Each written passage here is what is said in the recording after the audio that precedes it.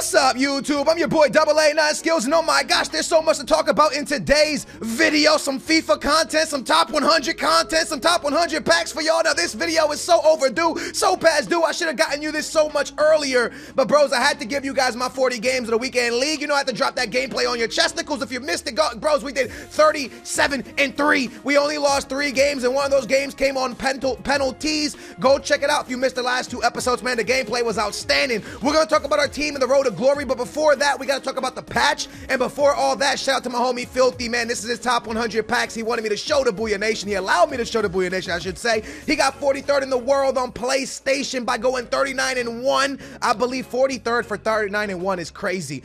Links down below to all of his social medias, Twitter, Instagram, all that stuff down below. Go follow him, show him some love. He's popping open the packs. Then I'm going to show you some gameplay from the road to glory and so much to talk about. But oh my gosh, the new patch is coming out. And in this new patch, if you don't know, which I'm pretty sure you already know because it's been all over the world, in this new patch update, Weekend League is about to change completely, massively. It's about to impact the game so much, and it feels good because shout out to EA Sports for listening to the community. With that being said, could you smash a big old thumbs up on this video? Could we get 10,000 likes for the community? Nah, but yo, for real, Booyah Nation, it's crazy, man, because we've been begging for something to change in FUT Champions, and it finally has changed.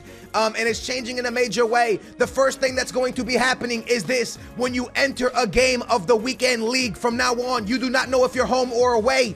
You are always the team on the left, which means when you enter every single game, you are the team on the left. The badges, unknown. It's going to say FUT Champions. When you ready up, you are going to see kits, but your own kits. It's going to be your home kit and your away kit. Every single opponent you match up against will be in your away kit. So if your team is set to Real Madrid home kit, Barca away kit, your opponent will always be all 40 games in the away kit. A lot of people like this. A lot of people think it's boring. Hey, look, every 10 games, just change your away kit and it'll change.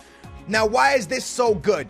For example, a lot of people know I use the yellow Columbus kit from the MLS, and a lot of people know I have the Portuguese badge. It takes me about 10 to 15 minutes when I get deep into the Weekend League to find a game, because opponents get into the screen where they match up against me, they see my kit, they then check my badge, and they bounce. And they don't bounce because they're scared of me. They could bounce because maybe they're scared of me, maybe I've beat them before, or maybe they just know I have a big team and they're like, I ain't trying to play that big team, so they roll out. Now, this is affecting the top 100 boards big time. Why? Because a lot of the pro players are dodging the pro players by knowing the kits. There's been said to be spreadsheets that are out there, swear to God, true story. Supposedly, there's spreadsheets out there that people have people's badges and kits and all this craziness. Now, this is going on in NA, EU, it doesn't matter. This is going on everywhere. Realistically, you can make your own spreadsheet as Filthy opens up his top 100 packs. Ooh, English, ooh, striker, ooh, oh gosh. Not really much more to say. Going 39-1 and your best player is Wilson. Let's continue speaking about what I was just speaking about. If you're someone who plays a lot of FIFA every Weekend League and you get matched up against the same people a lot, eventually you're going to know the badges. For example, just like in Europe, right? In Europe, you know that Wolfsburg has like 3 professional pro players. So when you ready up and you see that Wolfsburg badge, you're going to go, you know what, I'm not playing this. Or PSG, because you know PSG knows. So you don't really need a spreadsheet. You could just do basic math. If you see the hashtag kit, you're going to be like, that could be hashtag Harry, I'm not playing this. And you could back out, you could dodge. That's now gone. That's now no longer going to be a thing. Simply because what they have done is now made everything random. This is our Road to Glory account, and what you're about to watch is me playing with Birdcamp. You're probably like, why? I have a lone prime Birdcamp. You're like, why? You had 14 games left on him, now you got 3 or 1 left. I'll explain why in just a minute. This is D1 gameplay. But going back to what I was saying, now those guys, those pro players that are signed to PSG, they can rock their PSG badge and kits because people aren't going to back out to them. A lot of people like this upgrade, some people dislike this update. Now, this update's great for me and for anyone who wants to see this be competitive, because you want the best players to be playing the best players, regardless of it all, right? I'd rather see the board be 34 wins to be top 100 than 40-0, because you know that the best players played the best players. With that being said, the best players are the best players for a reason. For example, Gorilla and Taz and all the guys doing 40-0, all the big boy players, Kurt and all those guys will still go 40-0. You know why? because there's only I would say there's probably 10 people max that can stop these guys. That if they play them on a real, like a game where they're feeling good, those guys are probably going to win the game. They're probably going to get the dub. That's why you've seen them win events like Madrid, and you've seen them win events last year, because these guys are that good. So when they're that good, there's only like 10 or 15 people out there that can beat them. The chance of them actually matching up against those people are very slim, because there's such a big pool of people getting Elite 1. So there's still going to be a lot of people going 40-0. There's just more of a chance that these guys have to play each other, and one of them are going to have to take an L. If Task matches Gorilla, one of them's going to have to take an L now. You know what I mean? Is that a bad thing? No, because when this person matches, somebody has to take an L. So it's going to change the boards a tad bit. People are still going to go 40-0. So now the badges are completely random. The kits are completely, they're your kits. Your away kit, your home kit. So make sure you put, like, you know, if you're wearing a white kit, just put a black kit, and then bang, there's no problems. You're always going to see that black kit. You're always going to rock your white kit, 40 games of it. Change it up every 10 games if you want. And all games will be played in the FIWC Stadium at nighttime, I believe, as well, so there's no shadow. That's perfect. Big, awesome, amazing upgrades, amazing update to the game. It's good, man. Everything about this update is good. Suppose they're fixing the kickoff glitch. This is something we've been begging for, bros. You have seen so many times where we take the lead and somebody scores right back on us. It happens to me, it happens to you, it happens to everyone who plays this game. Supposedly they are fixing that. That is big news. Now, this patch is great and this patch is bad. There's a lot of people who think it's bad because, for example, if someone's an Elite 1 player and barely get an Elite 1, and they now know my kit and my badge, and they know I get 37-3, now that person is like, damn, I'm gonna have to, you know, I don't got the same team as him, and he could be getting 34 because he has an all gold team, because he hasn't had the time to build up to the team I have, and he wants to avoid me. So for that, I get it. It sucks, bros, because a lot of people are gonna get matched up against really big teams that you could have avoided had the badges and the kits still been there. I know it sucks, it's BS, but one big positive is we're finally gonna be able to wear our monthly kits and our top 100 kits. If you get Elite 1 and you ever try to get a game with your Elite 1 kit on, good luck, you're not getting the game. People are backing out. But now, since your opponent doesn't see the kits, you can finally wear your Elite 1 kit, you can finally wear your away kit, your top 100 kit, you can finally wear the kits that you want to wear and people won't back out. If your favorite team is PSG, you can now wear your PSG kit without people thinking you're a pro and backing out on you. So there's a lot of positives, and then there's, you know, there's a few people that are still like, I don't like it, I want to see different kit every time, and I get that, but you know, something's got to give so the game can get better, and this is a step in the right direction because you want the best players at the event. Now, if there's still a glitch out there that people are using to get top 100, hopefully EA sorts that out. That would have been nice if that was in the patch, but I guess it wasn't. Now, let's move on to talk about one more topic before we talk about my team. Today, I was kind of sitting around, you know, thinking about all these changes and how people are liking it. And one thing that I've been seeing in my comments a lot and on Twitter is how people like skills like, you know, the mega teams, man, there's too many mega teams. And now that you can avoid people even more, you're going to have to face mega teams. And your mega teams are going to be something you're going to have to play against. And if you're someone that didn't play, like, there's two ways I look at this. First of all, they can keep rewards the way they are. EA milked down rewards so bad this year. They add so many 81 rated cards into Team of the Week so you don't get the big cards. They milked them. They literally watered these things down so deep that you're always packing. Like, look at the 84 that he pulled for getting 39-1. He pulled the 84 Wilson because they water these things down so much. So instead of watering it down, let me know if you think this is a better idea. Make these things untradeable like monthlies. And I know people go, no, Skills, this is how I make my money. I know this is how I make my money too.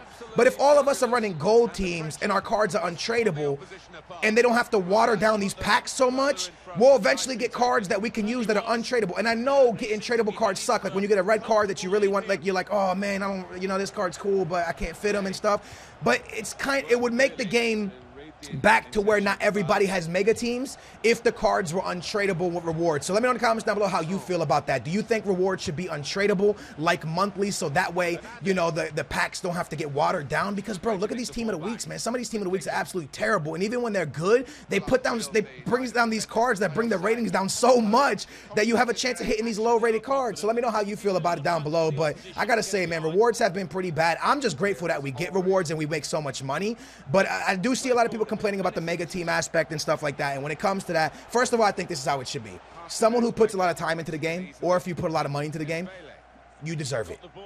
And I know a lot of people are like, well, Skills, that's pay to win. I know, but if someone is willing to put $3,000 into this game, let them have the big cards. And if someone is willing to put in, you know, a bunch of hours a week and play 15 games of FIFA a day to have the team they want, let them. And that's how I see. The more effort you put into the game, the better your team should be. I agree with that 100%. And I am all for the more you work at it, the more you should have it. You should earn it. And if you worked at it, you earned it, you should have it. That's how I look at it. But at the same time, for the people that I do get, the people that can't play the 40 games or can't qualify and they're not getting the rewards, they're like, yo, teams are too big now and I can't get in.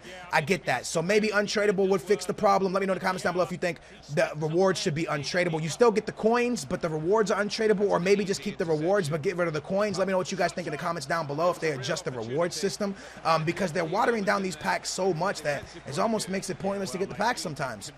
Now, with that being said, you're watching me play some Road to Glory gameplay, homeboys. I don't know if I want the packs to be untradeable neither. I make a lot of coins that way, so I'm just saying it's an option to make it fair for everyone, for the people that can't get into the weekend league. Let me know what you guys think. Let's talk about the Road to Glory for a minute, man, because you are watching some gameplay here with my Road to Glory team, and I have Bergkamp in the midfield. And the reason I did this is because I'm really thinking about bringing Paul Pogba if I can afford Paul Pogba, second in form Paul Pogba. Right now I have 800,000 coins. The next Road to Glory episode I will explain why I have that, and I'll explain why I'm running. I'll explain now why I'm running Bergkamp as CM. Bergkamp has 85 pace, or the card I'm using here has 84, but the one that I could buy has 85 pace. He doesn't really have much defending, but when I compare him to Pogba, obviously Pogba the better player for a CM position.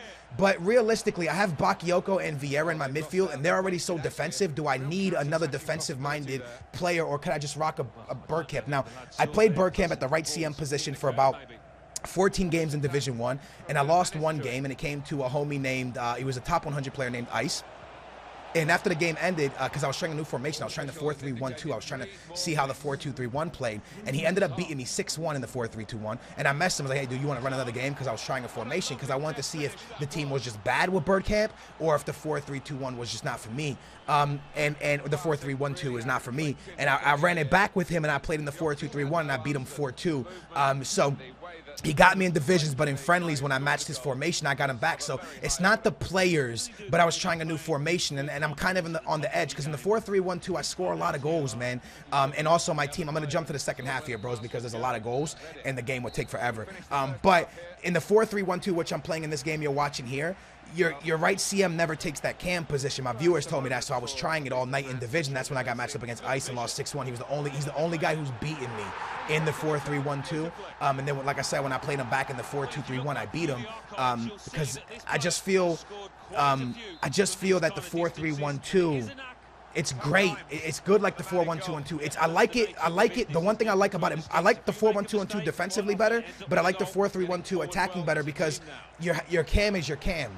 Your right CM and your Bakayoko never take your cam position, right? Your CMs are your CMs and your cam is your cam. But at the same time, defensively, I feel like the 4-1-2-2 is way better. When I played Ice, he's such a good player. I had to switch into the 4-2-3-1 the second game to be able to even compete against him. So the second game, I got him pretty good. But the first game, he got me really good, man. He murked me. So it's one of those things, man, where you got to figure it out. And I know a lot of people like Skills. Why are you messing with it? I'm not messing with it. 4-1-2-1-2 is the GOAT. 4-1-2-1-2 is going to be my formation. But I like to know what I have in each formation. If I got to go into a 4-3-1-2, I want to know that I can go into a 4-3-1-2. If I got to go into a 4-1-2-1-2, I want to know I can go into a 4-1-2-1-2. But as I could tell you guys right now, the 4-3-1-2, I've played 3 Division 1 runs. I lost 1 game, and I have been absolutely destroying the Division 1 with it. But I also played this formation back in November, and I destroyed Division 1. And when I went into the weekend league, I think we got like an Elite 2 finish. So you can see Bergkamp stats right there. We're absolutely insane in the 4-3-1-2. I hope you guys enjoyed this episode. Let me know in the comments down below what you think about the new patch update. I think it's a great patch. I think there's good stuff. I think there's positives, but I think there's negatives and positives. But like I said, 4-3-1-2 is pretty cool. I'm probably gonna stay in the 4-1-2-1-2. Let me know, should I buy Pogba, second inform Pogba, Baby Hullet, or Bergkamp? Let me know down below for the Road to Glory. Road to Glory back tomorrow. Thanks for watching. I hope you enjoyed it. Follow Filthy. Links down below. I love you guys. Booyah. 2 things are about to take place. Well, 2 things. One or the other is about to take place. We can either end top 100 in a great place with an awesome weekend, or we can absolutely choke it all. What you saying, Skills? Right now, 23 wins, 1 loss. What do we got, like 15 games remaining, 16 games, something like that. We got like 16 games remaining, bros, and we are 23-1, and I'm feeling good, and we are jumping into our last set. Mateus, you see him on my bench. I made a mistake. I was adding contracts to my entire team. He had 1 game left. I accidentally clicked on him and added an attribute card to him. You can't use attribute cards in the weekend league, so I end up losing Mateus. So Ronaldinho has to start at right CM. Listen to what I just said. Ronaldinho has to start for us at the right CM position. And I know to some people that doesn't sound like a really big deal, but the team looks absolutely amazing the way it stands right now. But Ronaldinho is starting at the right CM.